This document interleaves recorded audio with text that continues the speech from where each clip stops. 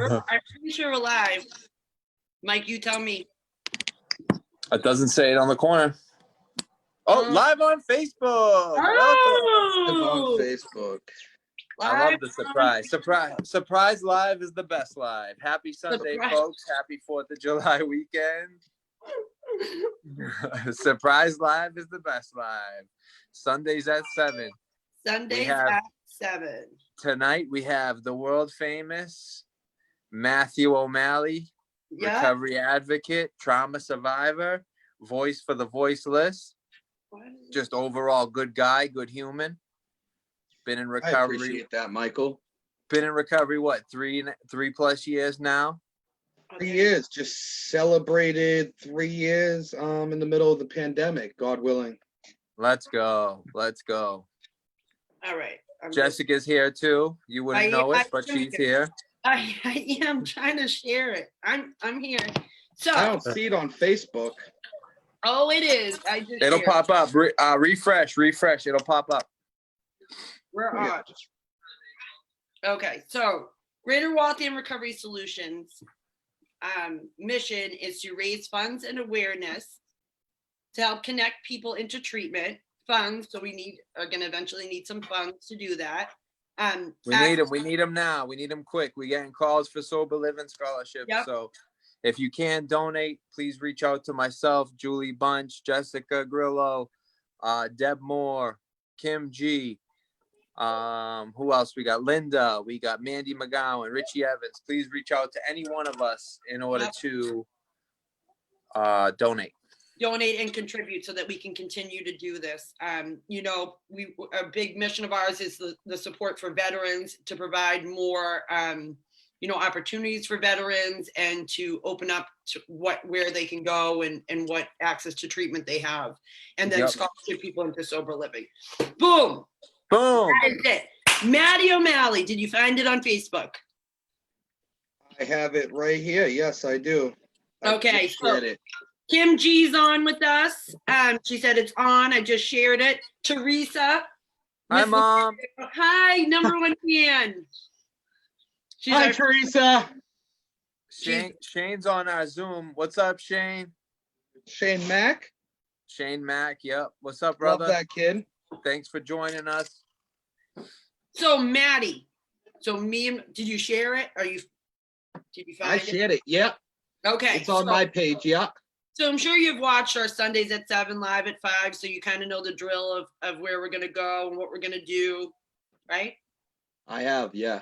So we just want to know a little bit about, your story, what happened, where you are now. You're a big recovery advocate. I see you all around town at different resource tables. You're well connected in the field. Really. Well, he's shaking hands and kissing babies. Like, exactly. He's politicking. He's meeting with the people. He's getting his face out there, and he does a great job at it. No, all kidding aside. Mayor O'Malley. Yeah, one day. Yeah, sure. Probably not. Good. So give us a little. I don't know your whole story. Mike, I think, knows like a tiny bit of it. So just you can. I hope Mike knows a lot about it. He is actually my sponsor. Yeah, we're gonna pretend I don't know any of it today. I just know a little bit. All right. And I'm gonna be rude and interrupt you like right now. Greg Davenport said, "What up, my peeps?" Hi, Greg. What's up, brother? Love you, man. John Casamont said, "Great work, everyone." Thank you, John. Thank you. God gets the glory, brother. Greg Davenport and Peter Burke both said, Greg said happy 4th of July weekend, and Peter Burke said happy Sunday busy weekend, Matty. Yes, very busy, man. Just enjoying myself, laughing, smiling. Yeah. Doing exactly what I got clean to do. Thank you for joining us always, guys. Thank you, Peter. Love and respect, Peter. Yep. He's great a good guy. Same with Greg.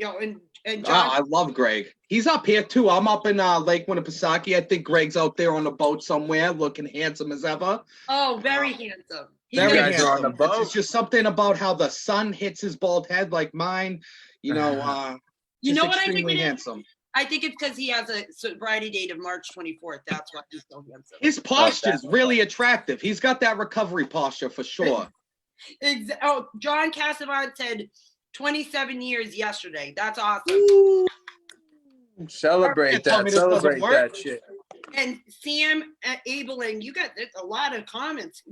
Gave Sammy, love you. a lot of hearts and the fire, because you're on fire. Because he spits I'm the not on fire. fire. I'm not on fire. Don't let him blow my head up, man. This will go left real quick. Right. Okay, so tell us a little bit, it's not the format, and then we'll do our thing and hit you with the one-liners and the hearts. Good. All right. The Well, one-liners. I mean, I'll identify myself as everybody else, man. My name's Matty. I'm a grateful recovering addict. Truly blessed to, be here and being able to be a part of the solution. My story's a lot like a lot of other people's, man. Like, growing up, like I remember, just not understanding a lot of things that, were going on. A lot of my mother's, behaviors, a lot of her character traits, just a lot of things I didn't understand. It put me in like a state of mind of fear. It made my insecurities flourish. It made me really uncomfortable. And I just, I was just kind of lost before I even put a drug in me. I was very angry because I didn't understand what's going on. I was very disconnected. I isolated myself a lot. In school, I had a hard time, figuring out what crowd I fit in with. Out of school, I had a hard time connecting with anybody else other than my father. My whole life, I've always just felt like extremely insecure, extremely disconnected, extremely lost. And it came from like an internal feeling of just like not knowing, you know what I mean? Like I didn't know, like the woman I loved, more than anything in the whole entire world, that still is and was always my superhero. Just had a lot of things and a lot of the same pains that I found out today, going on inside of her, man. And I reacted to these things with primary emotions, which is anger, depression. I was hospitalized at a young age and psych wards. I'm open to share this today, man. I would never even share this, anywhere else. Like I've been in McLean's, I've been in the Children's Connection, I've been in like a lot of these, facilities, because like I was just so mentally unstable, and it was just because like I wasn't able to comprehend my life around my mind around like life and what was actually going on. So tell us about your first experience in a psych facility. What was that like? You must have been scared. How old were you? Like things like that. Can you tell us like what your first experience was like, just so people could know how traumatizing that could be for a person at a young age? For me, my first experience was definitely traumatizing. The people that I just wanted to understand, and the people, I've always understood my father. I've always been by his side. I still am today. I was just so mentally unstable because I was just so confused. Like it was so traumatizing because they took me away from the people that like I just wanted to be around, and I felt, abandoned. I felt more or less than. I felt extremely uncomfortable. I had no clue what was going into. Professionals do what professionals are supposed to do and try to, get, my mind on an appropriate level. And, I was on a lot of different medications. A lot of them worked, a lot of them didn't work. I was like a shell of a person, man. And like, it took a toll on me.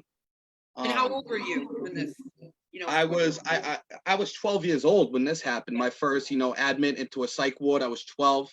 Yep. Because I had just extreme depression. I had extreme, like, suicidal thoughts at a young age. I had, extreme anger issues. We only know what we only know. And like my father only knew how to love me. And he's always only known how to love me. And like, so like I was admitted into a place like this, and it did some good, it also did some harm. And you talked about all those things, like the fears. It almost felt like the fear of the unknown, the fear of not being good enough, all that kind of stuff. And that's probably at an age of 12, I can't even imagine that. My son's going to be 12 this summer, and it's just, all that stuff going on. It's heartbreaking. I mean, it was definitely heartbreaking.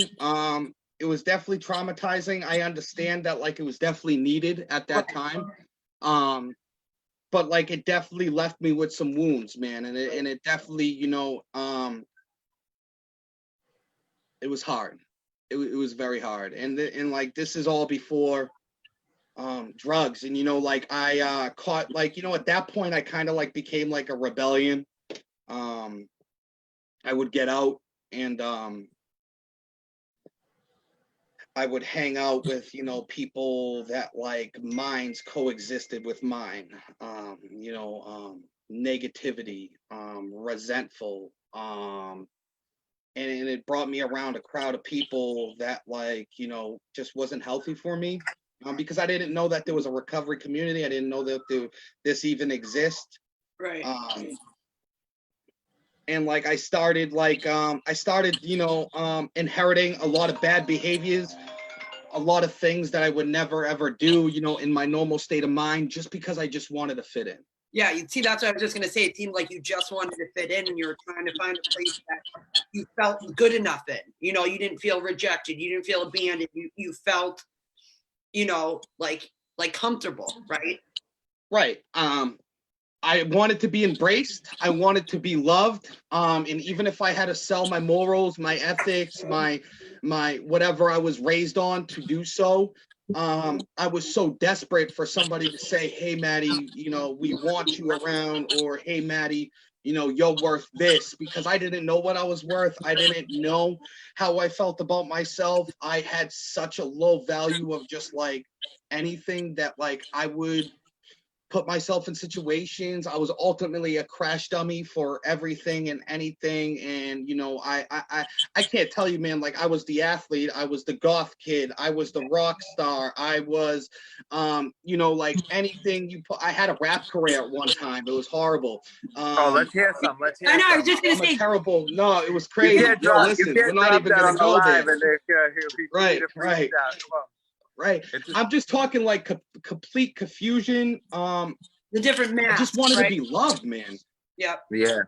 I think the disease of addiction is just like, it puts us in a state of mind where like we just feel so disconnected. And I feel like every addict that just thrives for unconditional love and to be embraced and to be believed in and to be empowered, like I had none of that. That's all I ever wanted. And so if I had to get it somewhere else that wasn't even a positive, atmosphere, I was going to roll with it. Just like Mike's favorite line is, the opposite of addiction is connection. So you just. Right. Yeah, no, he gives that to me about 4 times a week. He came up with that, I think Mike did. No, I didn't come up with that. No. So like, that's Johann Hari's theory. All right. So yeah, I mean, like that's how it was growing up, man. Like I had all of the isms, man, and like everything I've done in my whole entire life, I've done it obsessively, I've done it compulsively, things that are not even drugs. I remember like going home and like playing like with Connects and like I was a nerd. I like Connects, I like Lincoln Logs, I like Legos, I like Pogs. I had no clue how to play Pogs. I would take the big one and just throw it across the room and my dad would yell at me. I love Pogs. I have binders in the basement full of Pogs. Yo, Pogs were lit. I think that's addictive behavior. I must have had every one. Yeah, I have you beat. But I used to use these things as a solution to ignore reality. I used to obsessively use anything, if it was people I was around. I always had ulterior motives. Your motive was to block reality for me. If it was a material thing, that material's motive was to block reality for me. Before recovery, everything had a motive for me, and it was just to absolutely ignore the fact that like there's something going on. And that's just the truth of the matter. And, you know, it's still that way sometimes today. And that's why, like, I got to stay vigilant.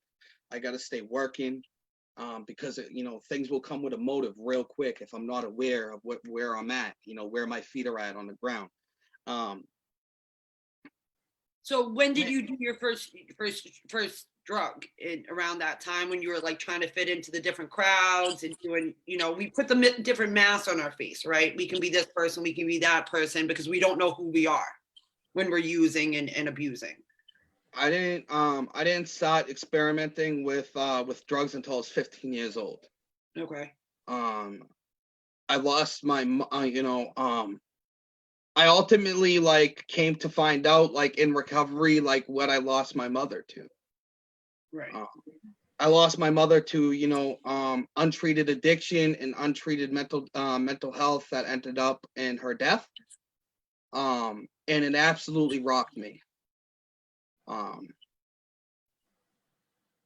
So you're speaking as someone from, not just someone who suffers from addiction, but as the son of someone who does as well. You know, you have those different points of view. My mother was dual diagnosed to the core. The apple doesn't fall far from the tree. I'm dual diagnosed. I have, you know, severe mental health issues. I have addiction issues. I'm just like my mother. When I lost my mother, it took everything from me. I was scared. I get anxiety when I talk about it. I was scared, and I was alone, and I couldn't wrap my head around the fact that she's never going to be here ever again. I was wrong. She's been with me the whole entire time. The worst thing that happened in that moment is, you know, when you come into recovery, man, like your perspective shifts on a lot of things. Right. I built a resentment on God when I thought God took my mother. That God was going to be the only thing that got me clean. So I stayed out there for over a decade. By 15 years old, I was experimenting because I just didn't want to feel. I didn't want to feel anything. I didn't want to face anything. I was just so lost, battered, and confused and broken. And I wanted to numb every feeling that I possibly could. What were some of the first substances you abused? I progressed pretty quickly. I'm not unique, man. I started with, like, you know, drinking. The drinking turned into the oxys and the perks. The perks turned into the cocaine. The cocaine turned into the rolls. Then it, you know, it gradually built up, man. My life gradually became unmanageable because, like, it wasn't feeding what I like. You know, I would build a tolerance to, you know, the weed. I would build a tolerance to the oxys. I would build a tolerance to that, and I would need more numbing to go on. And, you know, I eventually became absolutely dependent on heroin. Yeah.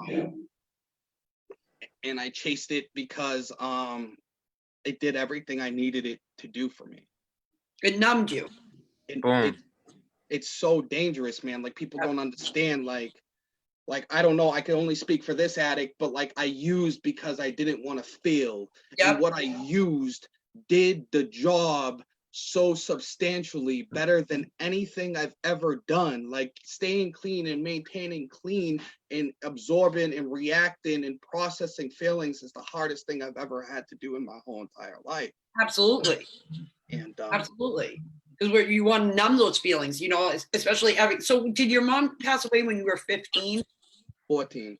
When you were 14. And so then right after is when you kind of, it you know, plummeted, right? And then a year later, I mean, I was using with a vengeance, man. And I mean, I wasn't naive, you know, like I kind of knew what was, the way I justified it, man, is like, yo, listen, I'm going to rock like this, and like one or two things are going to happen.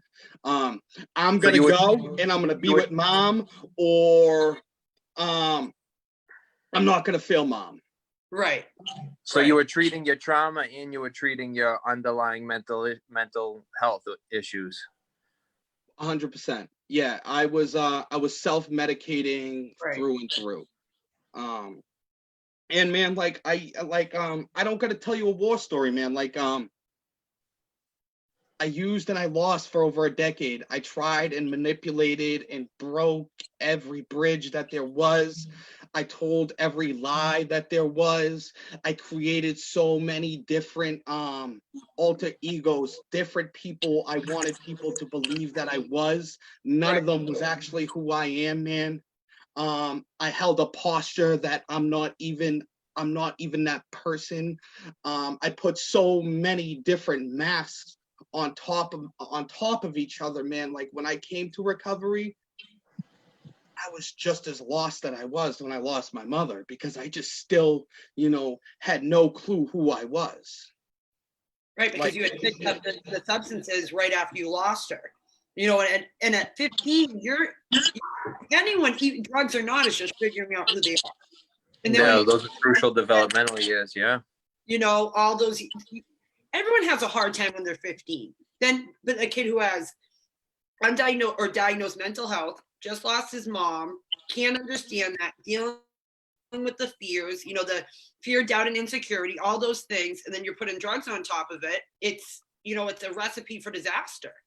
without a doubt. We just are gonna find and inhale and abuse anything we can get, because I know I'm addicted to more. It doesn't matter what it is. Anything, yeah. And it's whatever it is, we just don't want to feel what we're feeling. And so for you to do this turnaround, and now it sounds like you've kind of figured out those feelings and figured out what you didn't deal with when you were 15 and 14 years old. It's incredible.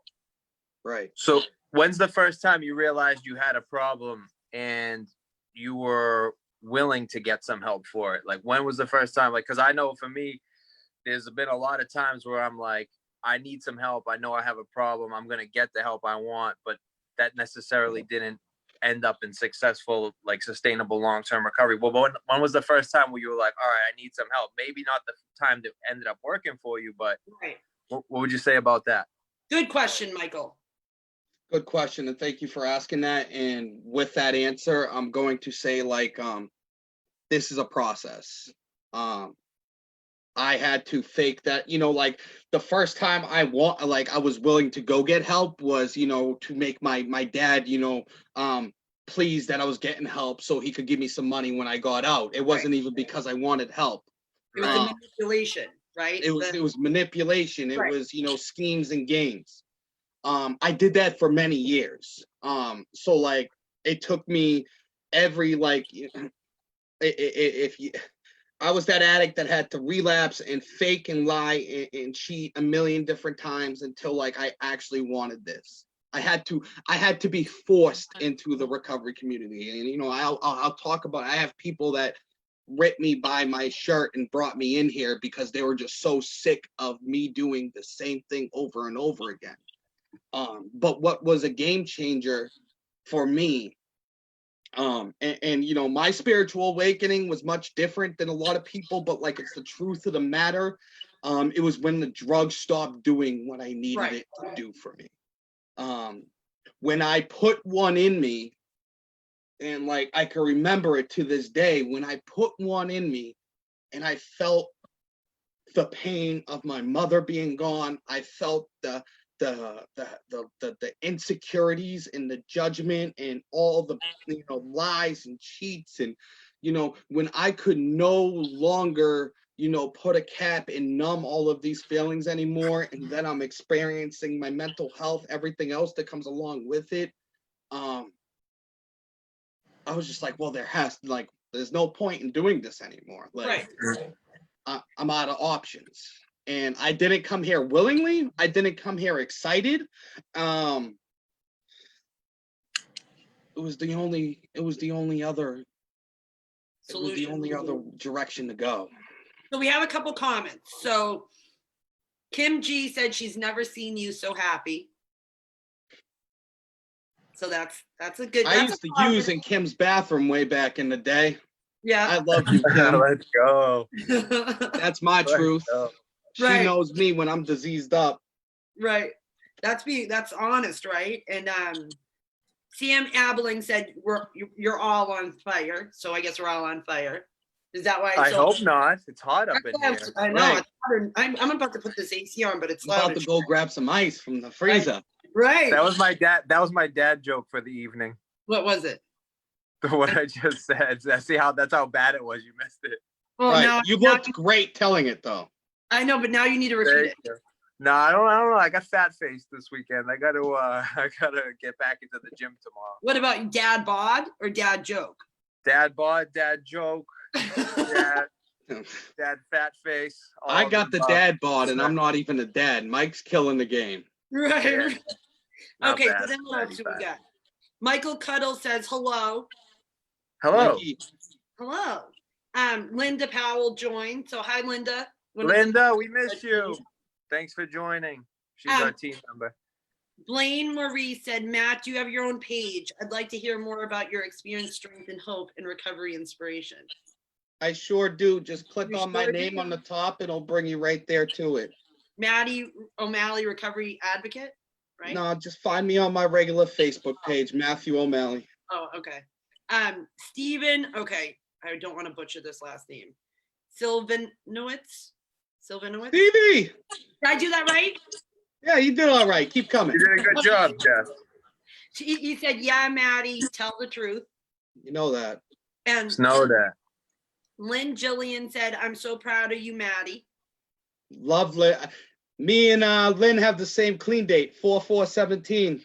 Nice. Let's go. Kim G said, yes, he did. I left him to house sit when I thought he was in recovery. He drank my Gronk monster.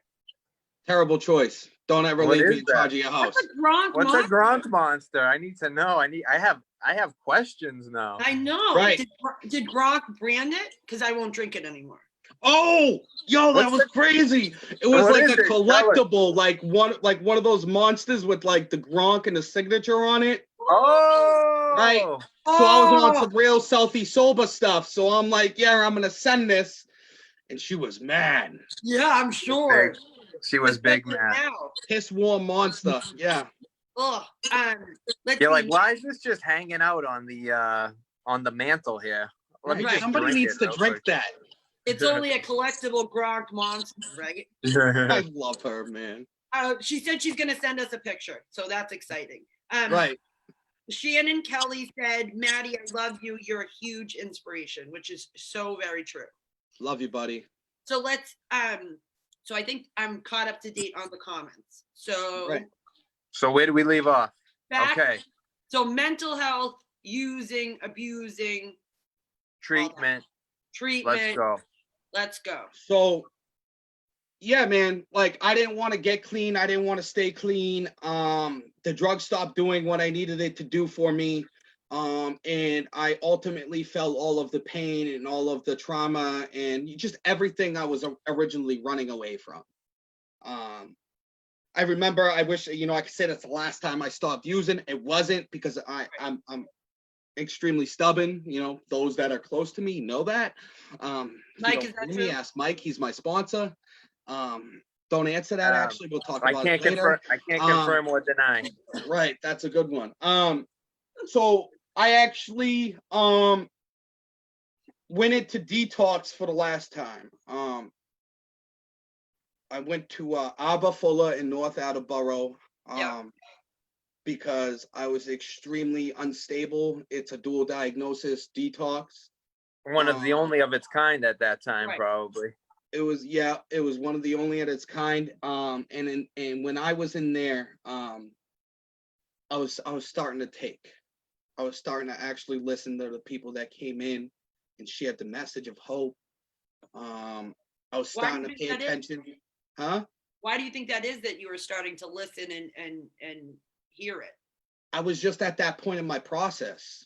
Like it's that simple. Like it's so important to love people until they're ready, because like an addict's not going to get clean and they're not going to take to the program or to recovery unless they're absolutely ready. And like our job is your to pain love met them. your desperation.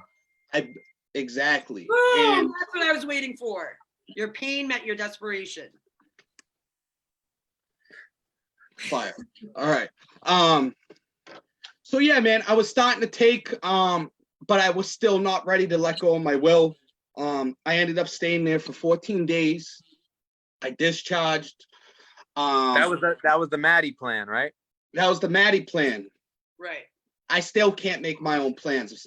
Don't do that. Terrible idea. The Matty plan was to discharge and to go back to Stoneham, Massachusetts. Damn.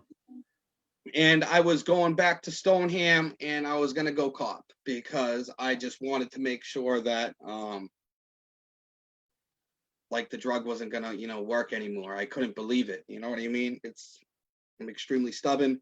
And like this is like, what the recovery community does. This is when like I was dragged in.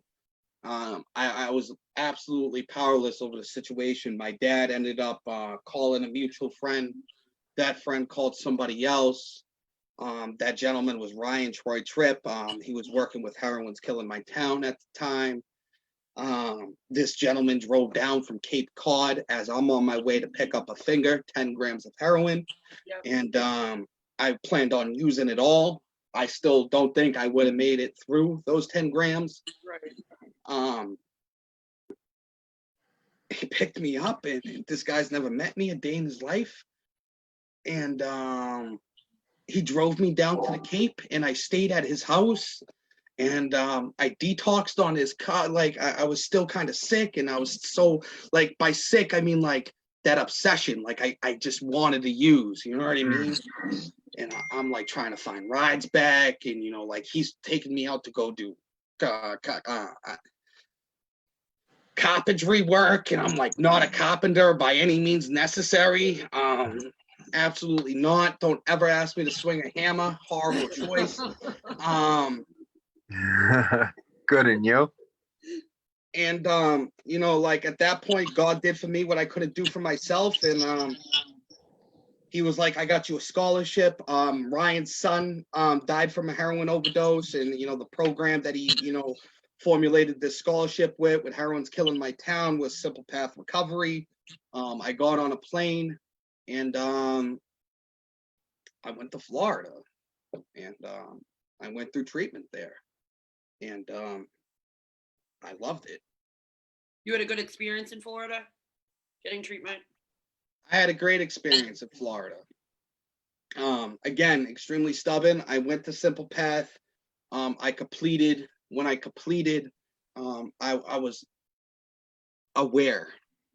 They gave me the tools to cope. They gave me the tools to be aware of my disease. They gave me the tools to like love myself, but like I wasn't ready to use those tools yet.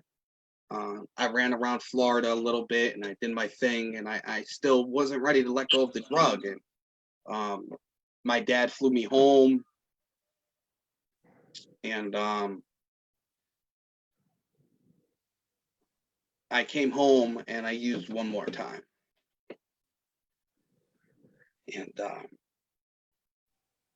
I called my dad, and at this point I was crying. I was a mess. I was in like literally the fetal position. I said, I can't, I just can't stop. And my dad said something to me. I forget what he said, but like he brought comfort and picked me up, and he says, "Listen, son, I'm done doing this. I'm gonna pay for you to get in a sober house. You're either going left or you're going right, and I'm done." And You talked about your dad a lot. my dad is my best friend, my superhero, my everything, my rock. My dad is everything. He's the only thing I've ever had in my whole life that has been. He's the only consistent. You're right. Period. Well, you be nice to him then. Right. You I mean am. No, I'm not. He's mean to him sometimes. He is. I'll disclose that. Oh, Jesus Christ. All right. Be nice to your dad. All right. All right. Be nice to Brian. I have a couple comments. So Mandy said, "So proud of you, Matt." What are you talking ish on here to Matt? Who, me? Oh, I thought never mind. Okay. So he's shaking his head because I'm telling him to be nice to dad. Oh, okay. Be nice to your father. Yeah. Mandy said she's so proud of you. Blaine Morris said she messaged you. Blaine Morris messaged you. Rebecca Schweitzer said, look at that beard and drip. Recovery looks good on you. Woo, let's go. Woo! And then a couple other people said they're other people's names, so I don't know if I should read those out loud. So go on. All right, so tell us. Let's skip ahead. So you got clean. You came to Lynn. I got clean. I came to Lynn, man. I went into the sober house, and that was the last time I used. My clean date is 4/4/17. That was 3 years ago. I've been everywhere trying to get clean. I got clean on Essex Street in Lynn. That's because I just didn't want to use anymore. I was done. I got that gift of desperation that Mike was talking about. I ran out of every avenue, every lie, every manipulation scheme, everything. I just had no more. You're sick and tired of being sick and tired. Ooh. Exactly. Ooh. The Ozzy Osbourne, John. You better share that. Did he So I came and I just dove in, man. I dove into recovery head first, and I started chasing it like I chased my drugs. I got addicted to the recovery atmosphere. I got addicted to the people, picking me up. I got addicted to No. You didn't get addicted. You found your purpose. Ooh. Right. Ooh. Come on, Mike. Come on, Mike. So, I mean, I instantly got involved in something happened, man.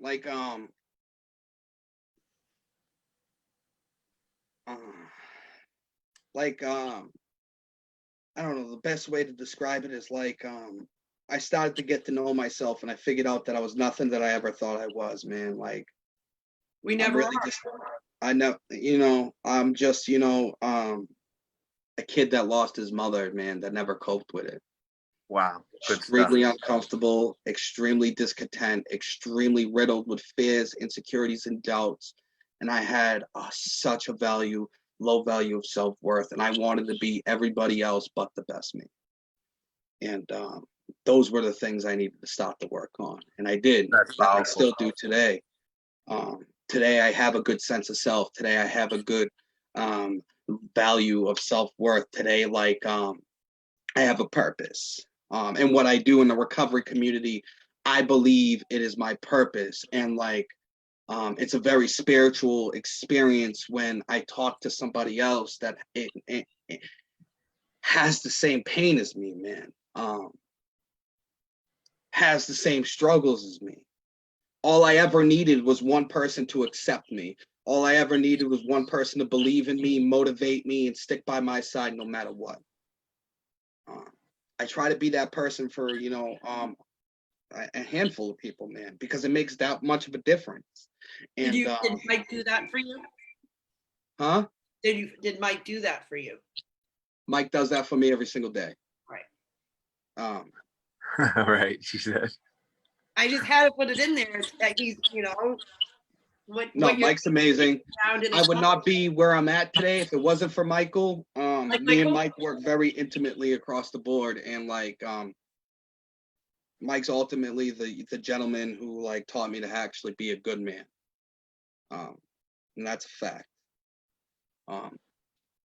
And I love this stuff, man, because the woman I've been running from my whole entire life.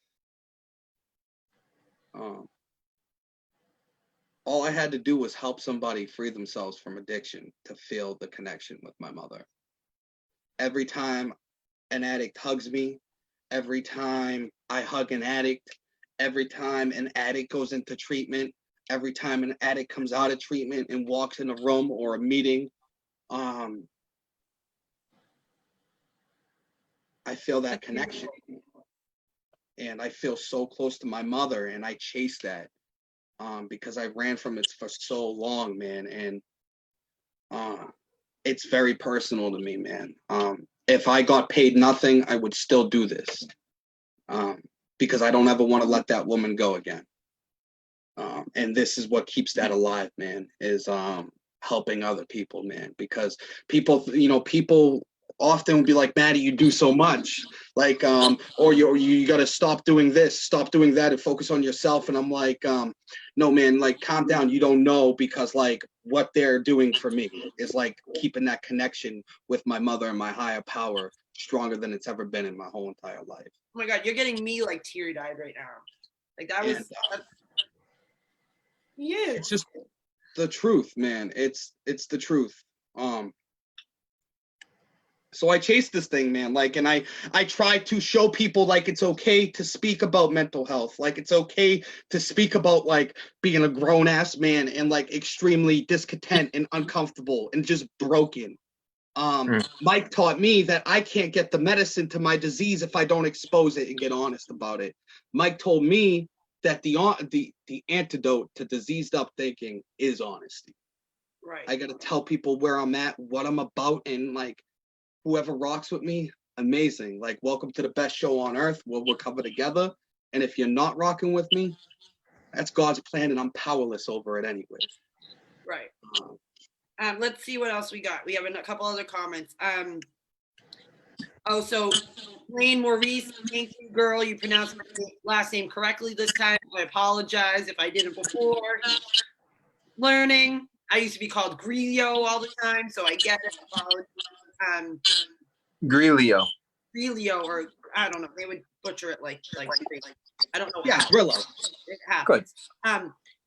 Shauna Elizabeth said, so proud of you, Matthew O'Malley. Shannon Kelly did a fire symbol. Blaine Maurice said, my fellowship in my town is poor. I wish people would pick up the fellowship. So hopefully the fellowship can be picked up in the town where you live. Anything we gotta pick it up. Where message she live? me. Where she live? We gotta pick it up. We gotta tell them to pick it up. Hey, yo, I used to travel to get the good bag. I'll travel to get the good message. You heard? There you Write go. that down. Write that down. Let it simmer. Greg Davenport said, one of God's recovery soldiers carrying the message, not the mess. That's what. Catch me on the wrong day. Greg Davenport. That was fine. Joe Shrimp said, you are a beautiful human and I have so much love for you. I need to hear this and see your face in Mikey's face. So I want to touch his face. Well, I guess Joey the Shrimp. There's your Shrimp. It's my sponsee brother. Oh, there you go. That's why he liked your faces and not mine. Okay, so let's. Well, you're in the dock a little bit, so. Right, expose your face. Bring it closer to the camera. Come closer. There you go. I got this wonderful. It's because I'm so. I got to put my makeup light around. Maybe that. I got studio lighting. Studio lighting. Kathy Thompson said, "Thank you, Matt. You're so inspiring. I was so close with my dad, and when I lost him, it was hard for me to cope." So that's another big thing that like you're helping people that have lost, a loved one or this or that they can get through it. Because it's horrific losing someone to this disease, and it's to know that you can go on, and give that message and bring back. It does make you feel closer to them. That's the beautiful thing about this, man, is like when I came here, I thought I was the only one with this unique case. Right. There's so many of us, and nothing's impossible, man. Anything could be conquered, anything could be endured. You just got to have God behind you and the right people, and then you can take on anything. So the question is like, what's going to make you believe more? What's going to give you more faith, more hope? I can't say tomorrow. Hold on, we got a few more comments. We're getting blown up with the comments with Mr. O'Malley over here. Well, we got world famous recovery advocates on the worldwide prestige. What is it? Prestige worldwide. Yeah, exactly. So Kat said your Facebook posts are very inspiring and make me proud to be a sober alcoholic addict. Love you, Kat. Love you, Kat. We met. So I didn't realize that the day that. You just look like, I know, I stumble when I get excited. That was fire. When we went to the, the speaker jam, you were Yep. there, and me and Kat went together, and we got to see you, and then you guys connected, so that's how it works, right? It's so small. The recovery community is just so small. Someone knows someone that knows someone that knows someone. Listen, I figured out that's why I got to act right. Right, because you never know who's watching. Mikey could have little people looking over at you. It's got I millions have a lot of everywhere. people. I have a lot of people watching. Dude, I can't use too much body wash without Mike being like, tighten up. Well, he's under heavy surveillance. You know, I put it well, out there. You know, he's mean to his dad, so you know he must know. I know he's mean to it. I know his dad doesn't deserve it. That's what I know. So. Are you serious? I'm so good to my dad, dude. Why is this even a conversation? Kim G wants to know, Matt, what are you doing to help others? What aren't you doing to help others is the better question. I mean, I do everything I can do, man.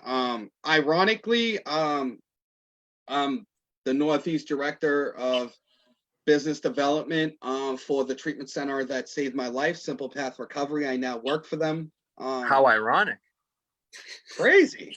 I'm a recovery coach. I do a lot of like awareness, and I try, listen, I just try to go above and beyond for anybody that asks for help.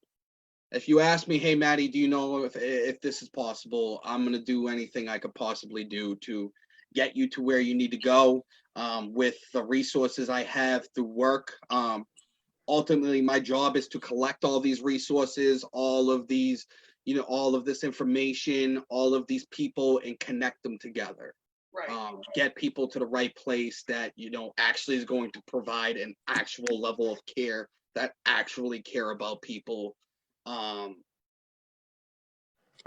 And just to give them the opportunity that was given to me with that and the recovery coaching, that I've got through Malden Overcoming Addiction with Richie Evans and Paul Hammersley and Donna Iola, amazing people, and the tools they gave me. Like, I have so much stuff in front of me that I'm able to just plug people in. And if I don't know the answers, I call Mike. If Mike doesn't know the answers, he'll call so on. And, I just. So just Rebecca. It's that simple. It's really that simple. Rebecca Schweitzer said you even saved drowning babies. I saved a drowning baby today. Did you really? Why didn't you let me know about it? Huh? Dude, I was like that guy from Baywatch, dude. I and just swam. It was crazy, man. It was insane. Matty Hasselhoff? Matty Hasselhoff, dog. Yo, it was just crazy. It was just nuts. Good stuff, bro. So no, seriously, like you pulled a drowning child out of the lake? Yeah, man. God gets the glory, not me. That's amazing. You can swim? I was gonna call you and brag about that later, but I'll do it. Okay, now. There we go. Someone just Rebecca just outed you to Mike. Yeah, thanks. No, good stuff though. Good stuff. So Beth Blazana said Maddie and Mike shiz. That's what they said. We love Beth. Thank you for the Hobbit tickets. We love you. We love you. Teresa said, Matt, you went through a lot. I'm proud of you. I'm proud of you for all the work you have done. Always work to do. Always work to do. Rebecca now said true story and humble brags. So there you go. Who's dancing? That was crazy, dude. So you gave back. All right, tell us. I got a question. Okay, come on. So, hit him with the hard stuff. I know you've had a little pause on it, but let the people watching know a little bit more about the Mary Kate Fund and what you want to eventually maybe do with that, because I think that's important. And I think what the idea you had was amazing at the time. Yeah, absolutely. Yeah. Good question, Mike. This is I was in the process of starting a nonprofit. Those of you that know anything about that, there's a lot of procedures and policies and the correct way of doing things that come along with it. Oh, we know. Oh yeah, we're going through that. Right, going through the fun stuff. It's insane. And with the pandemic, and I had a lot of things come up across my plate, and I had to take care of Matty. But I had a traumatic. I lost one of my best friends, Kate, last year, and I just love her with all of my heart. And the family was having a hard time putting their child to rest. That's the monster that we play with, is that like sometimes no matter how hard we try and no matter how many resources we put on the table and how many nights of sleep we lose, it's like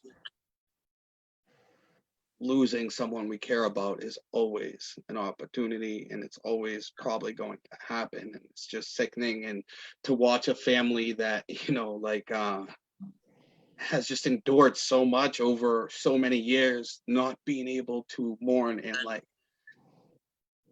put their child to rest, It's not it's just right. hard. So it sparked a fire inside of me, and I just thought like maybe I can make a difference. And just coming up with a nonprofit to initially help people in situations like that, to provide aftercare, continuing counseling for that, provide a community of people that share the same pain. And that was something that I was working on very heavily, was very serious about it. I had been in everybody's ear, and I was really, just gun-ho for it because, like there's so many resources in the community to get people clean and to get people into recovery and to get people scholarships. But like, what are we doing for the people that are ultimately experiencing the worst traumatic pain that we could actually feel, that I felt? Right. So I came up with the idea to call it the Mary Kate Project, the Mary Kate Foundation, and Mike told me the other day I need to pick it back up and make it happen. So my plan is to like work with other people in the community and raise a bunch of money, as much as I possibly can do the right way, and help people in these situations and not let any name get forgotten. So Keep here with us. would this be to help people with the funeral expenses, like after the loss of someone from addiction? Right. Yeah, it would help people, make that situation easier for them if they needed to be provided. Yeah. We would ultimately provide it, and at the same time provide them with the next step, which is dealing with this pain after that. That's huge, And there's no it's better. go on, Michael. There's no. Did you tell me to hold on? I Sorry. said go on. Oh, I didn't hear I you. was gonna hold on, you go on. No, I mean, there's no better time to start that. I was reading an article today, and it said overdose. Overdose rate has gone up 42% since the start of COVID, Yeah. and people are more isolated, more alone, more desperate, more depressed, more faced with adversity, sadness, loss of job, loss of career. Not even the overdose rate, the suicide rate. Yeah. For me, myself, Mike, we talked about it, man. Like, I'll tell you guys where I was at a couple months ago. I was chronically depressed, beside myself, because the world slowed down so drastically that I wasn't able to go at the normal pace. So I was forced to sit with the feelings I actually have inside, and I had to address them, man. And like I started seeing a counselor. I entertained the idea of getting a medical eval done for psych medication. I had to take care of myself, and it's terrifying to think that like I was only able to ask for that help because I have people behind me that are able to be like, Patty, ask for it. And what about But the not people everybody has that. right? And that's my boyfriend's uncle. It was a 5-year anniversary of his suicide a couple of days ago on the 2nd, and he's someone who suffered from the mental health, addiction, and for someone who doesn't see a light at the end of the tunnel like that, that's the only way. This provides you provided a lot of hope, hopefully, for anyone out there who's having those feelings of disconnect and all this stuff, that there is a better way. And if you've gotten through all these different trials and tribulations, that right. other people can, because you're a huge, and the fact that you're so open about what you went through a couple months ago. Here you are, strong recovery, strong foundation right now, 3 years sober, and you actually went through somewhat due to COVID, right? Yeah. I could only share what I got. It's like, that's who I am. Like, I can't lie about who I'm at today because I'm ultimately going to be so disconnected like I was when I started. I got to tell you guys stuff like this. Right. I got to bring that to the light so other people feel comfortable with that. Right.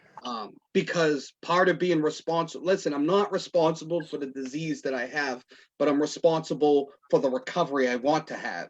And going to meetings, like if you're anything like me and you have this extreme, dysfunction inside and like this extreme unmanageability, like 12, 12, and 12 is just not substantial enough. Like, I need to see a therapist. Like, I need to see a professional. Like, I need to treat my disease on every angle that my disease is coming at me on. Because if I fall short on one of them, I'll pick up. Right. I'm eligible, just like every single one of us, man. And it just takes that stubbornness I was talking about, that lack of willingness to just say, all right, maybe I should take this suggestion. Yeah, maybe I'll listen to this person, because that's so hard. Because like we were saying earlier, we want to do it our way. We don't want to take suggestions of other people until we see this whole new life where, wow, that suggestion that someone gave me actually worked. Wow, maybe I should listen to them instead of thinking I know what's best. Let's see what else we got. Anything else you got, Michael? I got nothing. That was powerful. That was amazing. That was all of it. So Beth Blazona said, "Love you guys. XOXO. So proud of you both." Cassie McCarthy said, "GRASP is available for people coping with substance passing. It stands for Grief Recovery After Substance Passing." So that's a really good resource to know, because huge. All people to this disease of addiction. It's horrible. Because we feel like, especially as the three of us, we work in recovery, we feel like we could have saved those people, right? Like we feel like, oh, why shouldn't I should have seen the signs, or did I not do my job, or this or that. You can't save anybody. You can only love them. Exactly. Love. What do you see at the end of this show? Love them till you save themselves. What do you say? I'll leave the world. Love them till they love themselves. Is that it? Well, we'll wait till the end of the show, and then everyone will know. Fantastic. Good. Oh my God. So Melissa Holly Foster, who's my boyfriend's cousin, I didn't realize she was watching. She's the one who actually lost her father 5 years ago. And she just said, I just got the chill. She said, so inspired, so vulnerable. So she just said that. So you gave her some hope. It's 5-year anniversaries and just anniversaries in general. So thank you for that. Thank you, Melissa. I didn't even know you were watching this. You're not alone.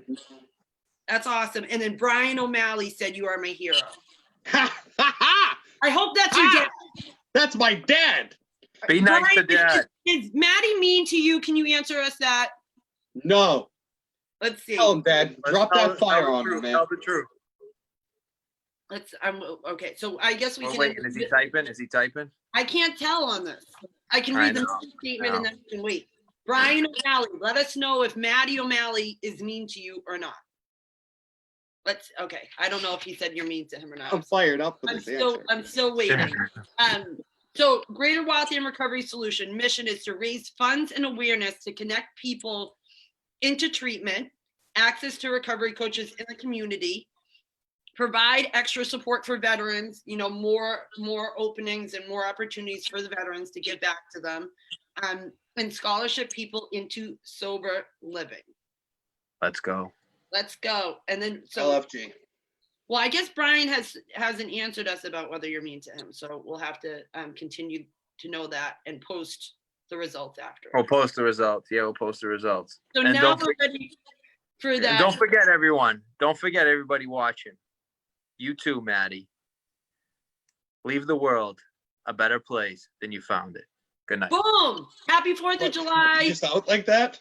Well, that's it? Oh my God. Did he just leave like that? What just happened? Seriously? Sunday, I guess. I don't know where he just went. He just kind of did the Irish goodbye and went deuces. I'm absolutely impressed with that, actually. I can't believe he just did that. So thank you, Matt. This was awesome. Love you. I love you too, buddy. And Thanks. I don't know where my co-host. Everybody have a good rest of the weekend. If you need anything, reach out. I love you all. I believe in you all. You all are worth it, and you're all miracles. Maybe you're my new co-host since he left, so I don't know what happened to him. No, I'm not. Reach out to us if you need us. All right, Matty, love you, kid. I love you, Shane. I'm gonna come see you this week.